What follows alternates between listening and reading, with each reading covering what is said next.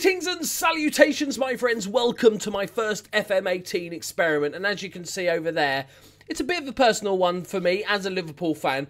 It's going to be a nice sort of simple, fun, quick one. What we're going to do is see if we can fix Liverpool's defence. Obviously, a massive talking point in the summer was Liverpool's pursuit of Virgil Van Dijk.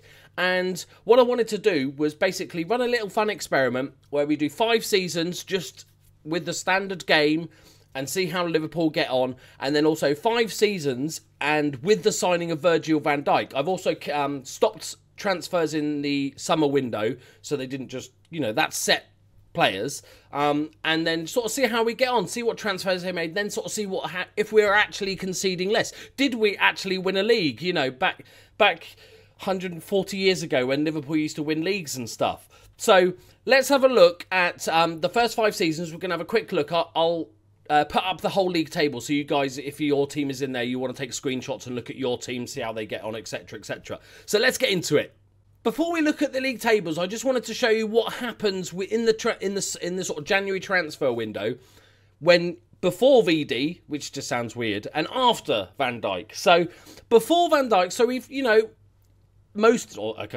all Liverpool fans would say we needed another centre back. So in the 5 seasons that I did the test, only one time did we buy a centre-back. And the one time we did buy a centre-back was Sebastian Cortez, who used to play for Liverpool. So, good work, Klopp. Still not fixing the centre-back problem. But weirdly, so in the second set of 5s, when we've got Virgil van Dijk in the team, plus everybody else, first season, straight in. Socrates Papastopoulos from Dortmund for 36.5 million. Sort of quality defender. Although we've just got Van Dijk. Interesting.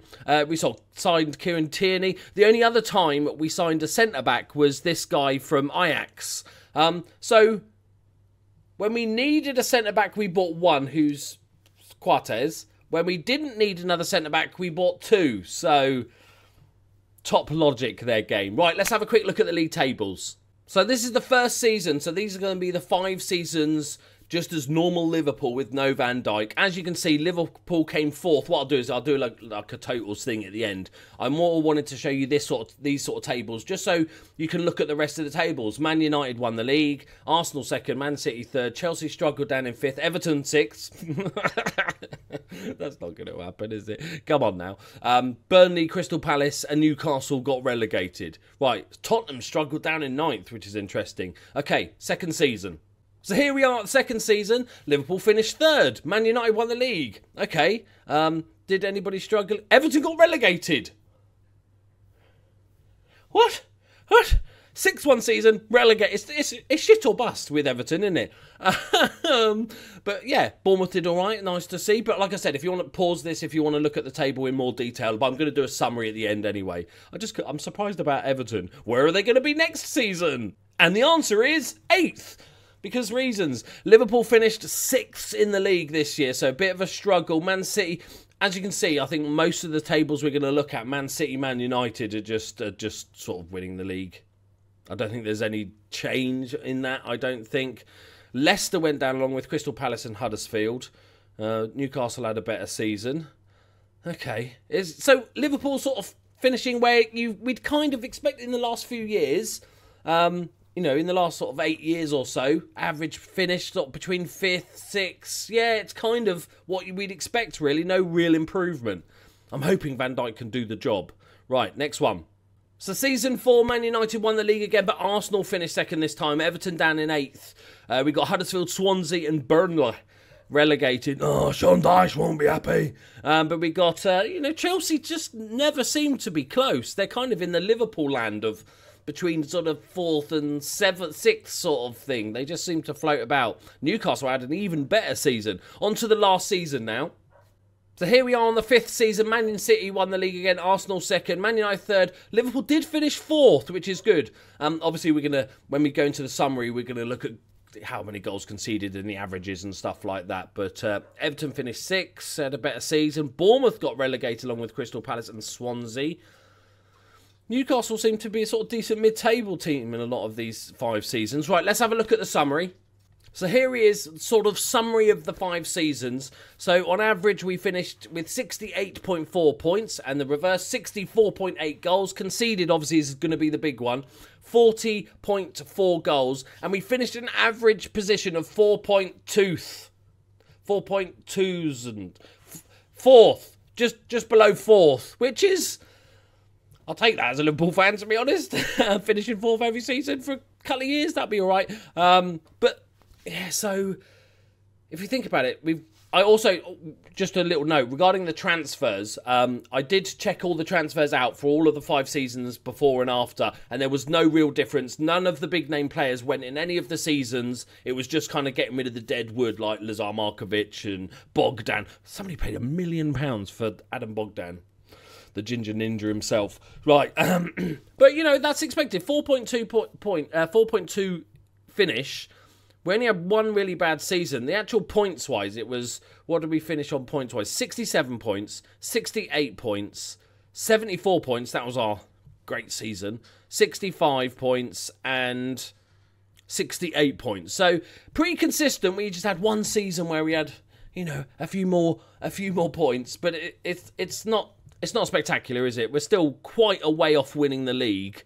But so let's have a quick look at the next 5 seasons now with Van Dijk in the team. Again, we've shown you his transfers in. There was no big transfers out. It's not like they sold Lovren because they got Van Dijk. They kept all of the team together. So let's see if we can actually see an improvement.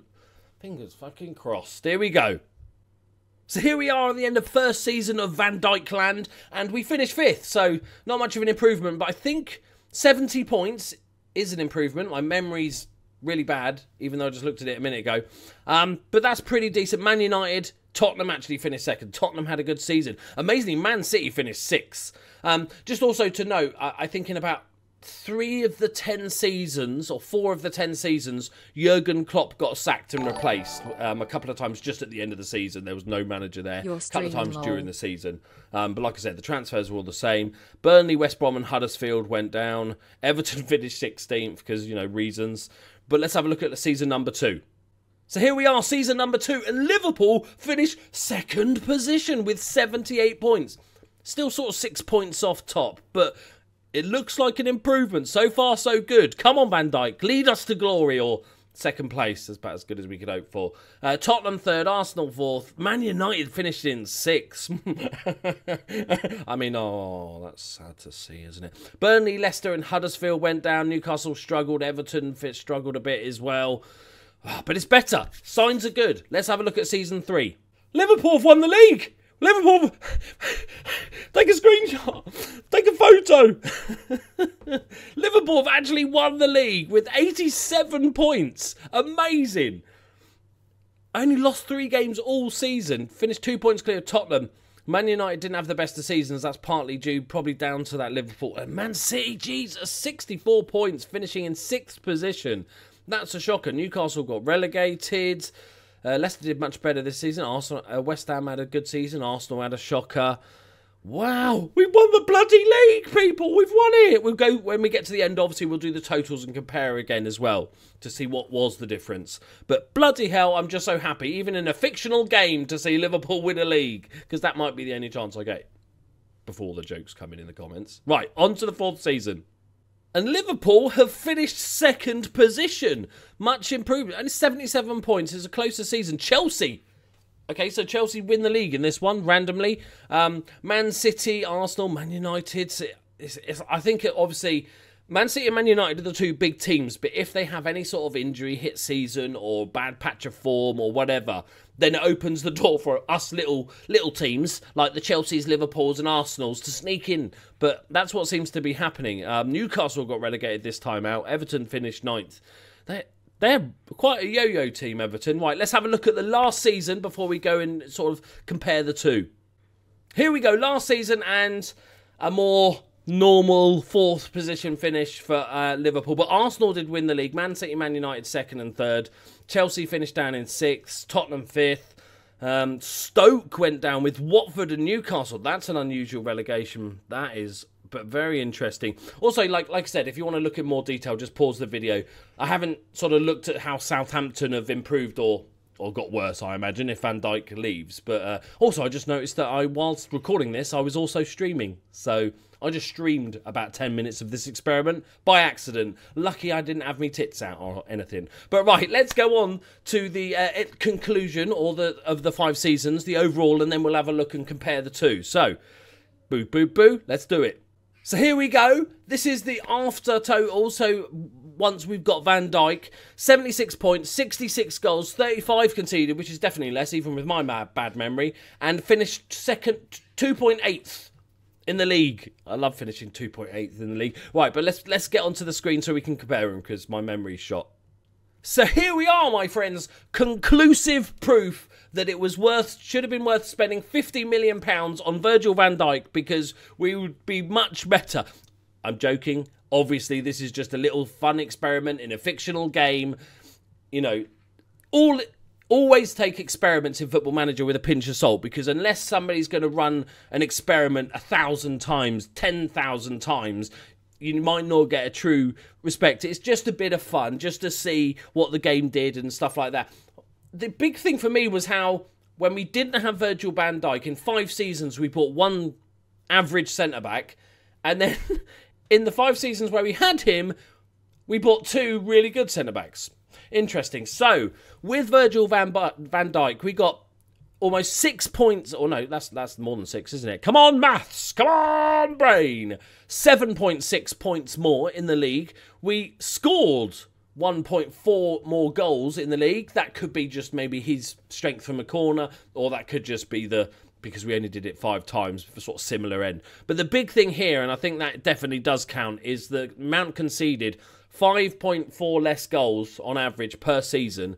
So remember, these are averages. So that is quite a big deal. And we went, just with that little changes, by conceding 5 less goals, scoring another goal, we've actually gone up from just basically 4th to 3rd in the league on better points by quite a distance. So people often talk about goalkeepers and like, what if you signed like a top class goalkeeper? How many points is he worth a season? It's also kind of same for every other position, really, isn't it? So what if you signed a really good centre back? I made sure on all 10 seasons that Virgil van Dijk didn't have any horrific injuries. I made sure that he was like fit and playing, to make sure there was no sort of, difference in the stats and stuff. So all the 10 seasons he's been playing.